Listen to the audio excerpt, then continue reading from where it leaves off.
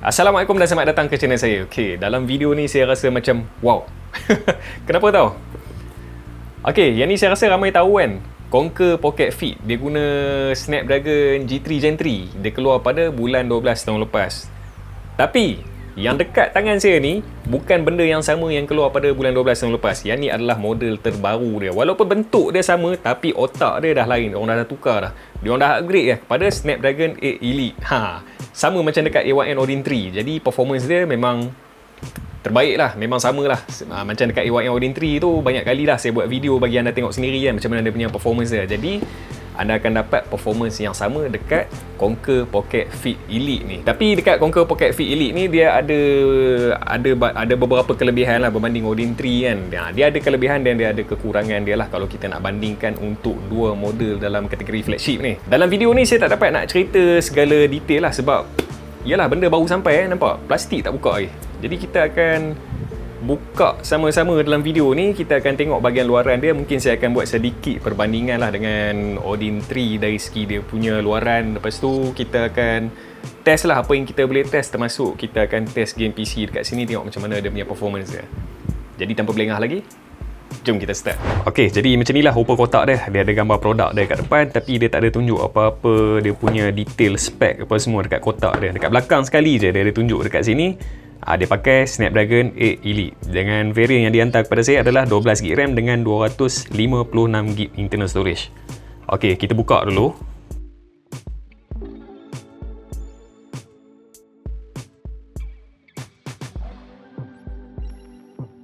Ok, lepas kita buka kotak memang kita akan nampak konsol terus lah. Dia tak ada macam kad yang tunjuk spek apa semua kat dalam dia. Ok, kita keluarkan dulu konsol, kita tengok apa lagi ada kat dalam.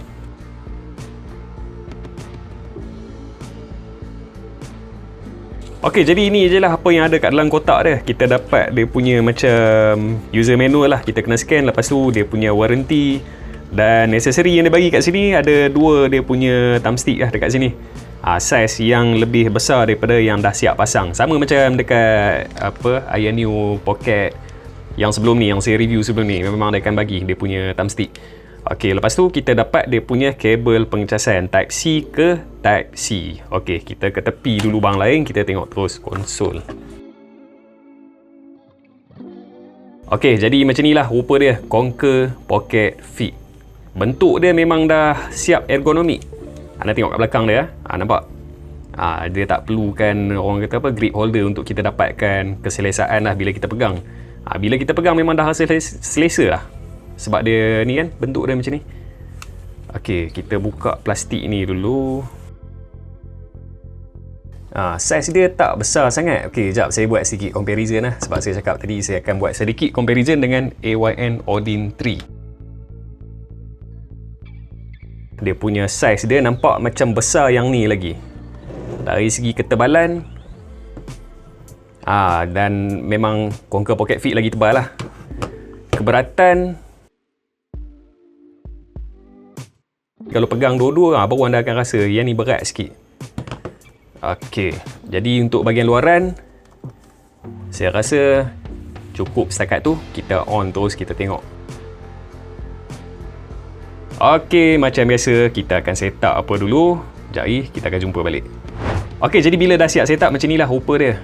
Dia sama macam Ayaneo. Walaupun dia bunyi dia beza Conquer Pocket dengan Ayaneo kan. Tapi dia datang dalam daripada company yang sama. Jadi user interface dia macam ni lah. Dia ada macam shortcut dekat atas, app semua dekat bawah. Dia sama macam Ayaneo Pocket S2 yang saya review sebelum ni. Dia tak ada beza, sama je. Nampak kat atas ni kan, kita boleh buat shortcut kat atas ni dan app semua duduk dekat bawah. Dan dia ada dia punya side drawer. Kita tekan ni nampak dia keluar. Sini semua sekali ada. Kita nak control, nak set controller macam mana yang kita nak. Lepas tu device punya setting, RGB apa semua kita boleh set kat sini. Sama dengan yang ni. Nampak dia punya button ni kan, anda tekan, dia keluar dia punya side drawer. Sama je, apa yang ada dekat sini, ada dekat sini. Ok, dia berbeza tau. Saya tunjuk sikit yang Android lain. Kebanyakan Android device, standard Android, dia tak ada macam, tak ada rupa macam ni langsung. Macam dia ada shortcut apa semua macam ni kan. Dia tak ada, dia standard macam ni. Ada susun semua apps. Sama macam dekat smartphone kalau daripada brand lain. Itu apa yang saya nampak lah kelebihan daripada company keluaran Ayaneo ni. Dia punya user interface dia ada dia punya design dia yang tersendiri. Okey, jadi saya akan masukkan game dan kita akan test tengok macam mana dia punya performance. Okey, dalam video ni saya tak download lah emulator PS2 ke atau Switch ke. Kita terus pergi pada emulator yang paling berat sekali, iaitu GameHub. GameHub ni bagi anda yang tak tahu, yang ni adalah emulator PC lah. Kita boleh main game PC dekat Android device melalui GameHub ni. Dan cara dia, kita kena login kita punya Steam account ataupun Epic account. Ni Steam account. Ni saya tak login lagi lah.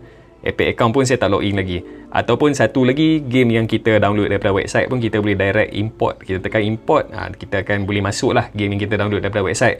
Terpulang pada anda nak masuk game yang mana satu. Tapi dalam video ni saya akan main game yang ada kat dalam saya punya Steam account ni. Okay, jadi saya akan login dulu. Lepas tu saya akan start game dan kita akan jumpa balik. Okay, jadi saya dah masuk beberapa game lah kat sini. Kalau anda nampak kat sini ada 4 game. Ada Injustice 2. Lepas tu ni game baru ni, Pragmata. Betul saya sebut Pragmata. Main bedal lah. Lepas tu Red Dead Redemption 2 dengan Horizon Zero Dawn. Tapi saya rasa saya tak test semua ke. Mungkin saya test 3 ni je. 1, 2, 3. Okay, kita start dengan Horizon dulu. Okay, untuk game Horizon ni saya dah on dia punya frame generation lah dekat sini. Anda nampak kat sini. Saya pergi pada performance, nampak frame generation. Saya dah on dekat sini. Jadi gameplay dia akan nampak smooth lah. Macam sekarang ni anda nampak dia berada dalam 70 FPS ke 80 FPS macam tu lah. Jadi game Horizon Zero Dawn ni memang smooth lah, tak ada masalah. Gameplay dia anda boleh tengok sendiri. Come now, let's find that herd. Follow. Macam dia sama je performance dia macam dekat Odin 3. Cuma screen ni dia 144Hz. Mungkin dia akan nampak smooth sikit lah daripada Odin 3. Kita pergi ke depan sikit. Nampak robot banyak kan. Memang dia tak ada lag. Proses render agak tinggi jugalah kat sini kan. Tapi itulah, nak tunjuk kepada anda kemajuan emulator PC. Macam yang dekat device ni dia guna Snapdragon 8 Elite, jadi performance dia memang lancar lah. Lepas tu kan kita dah dapat update daripada video lepas yang saya tunjuk kan dekat GameHub ni. Jadi game dia lebih stable lah untuk game AAA ni. Okay, saya rasa kita pergi pada game yang seterusnya. Okay, seterusnya game Red Dead Redemption 2 lah. Yang anda tengok sekarang ni, memang saya tak on dia punya frame generation. Tapi game dia memang stabil lah. Dia berada pada 55 FPS ke 60 FPS. Kalau dulu game ni anda ingat, dekat Snapdragon 8 Elite memang tak boleh nak main lah. Performance dia memang teruk gila. Lepas tu dia punya game pun ada glitch yang memang sangat teruk lah dekat bahagian rumput-rumput apa semua ni kan. Dia jadi color apa ke saya tak ingat. Tapi memang teruk lah.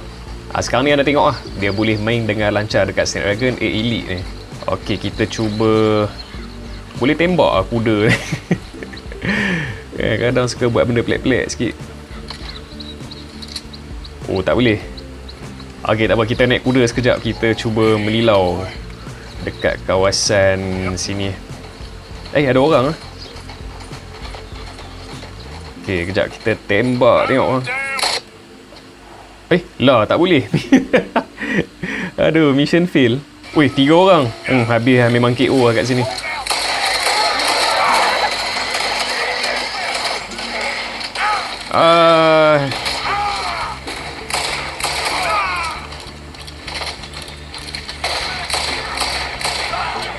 Ok, jadi untuk game Red Dead Redemption setakat tu, kita pergi pada game yang seterusnya. Ok, game yang last saya test ni game Pragmata. Game ni memang game yang boleh kata sangat baru lah. Baru saja keluar game ni. Dan bila game baru ni anda faham lah, memang dia akan ada macam glitch sikit lah dari segi dia punya colour apa semua. Tapi performance dia anda boleh tengok lah kat sini. Untuk game ni saya on lah dia punya frame generation sebab dia game baru. Saya takut dia punya glitch tu akan ganggu dia punya performance dia. Tapi setakat ni anda tengok, nampak okey kan? Dia berada dalam 80 FPS. Ok, dekat sini dia tak ada enemy lagi. Kita tengok masa lawan nanti macam mana performance dia. Dia akan lawan dengan robot tak silap saya. Dekat depan sikit. Ok, jadi kita dah sampai dekat enemy pula dah. Enemy pertama dia. Ok, masa ni tak boleh hack lagi. Tak boleh hack lagi robot ni. Kita tembak biasa-biasa lu. Masa ni kita akan hack. budak ni lah. Hey, get behind me. Move. Performance buat masa ni dah nampak lah, sebabkan on frame generation dia berada pada 100 FPS. Skip. Okey, kita hack dulu robot ni.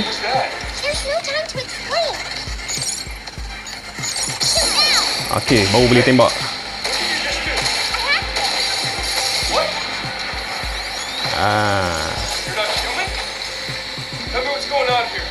Performance memang lancar lah.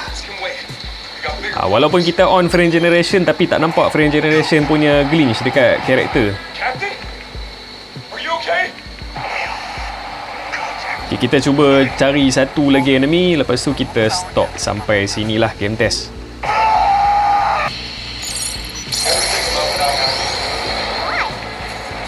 Oh, ada satu lagi.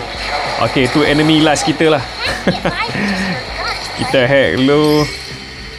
Apa pula ni? Oh, cara nak elak. Okay, tak apa, kita hack dulu dia.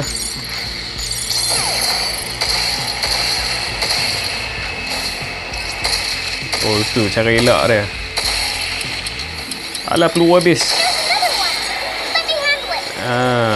Ada lagi.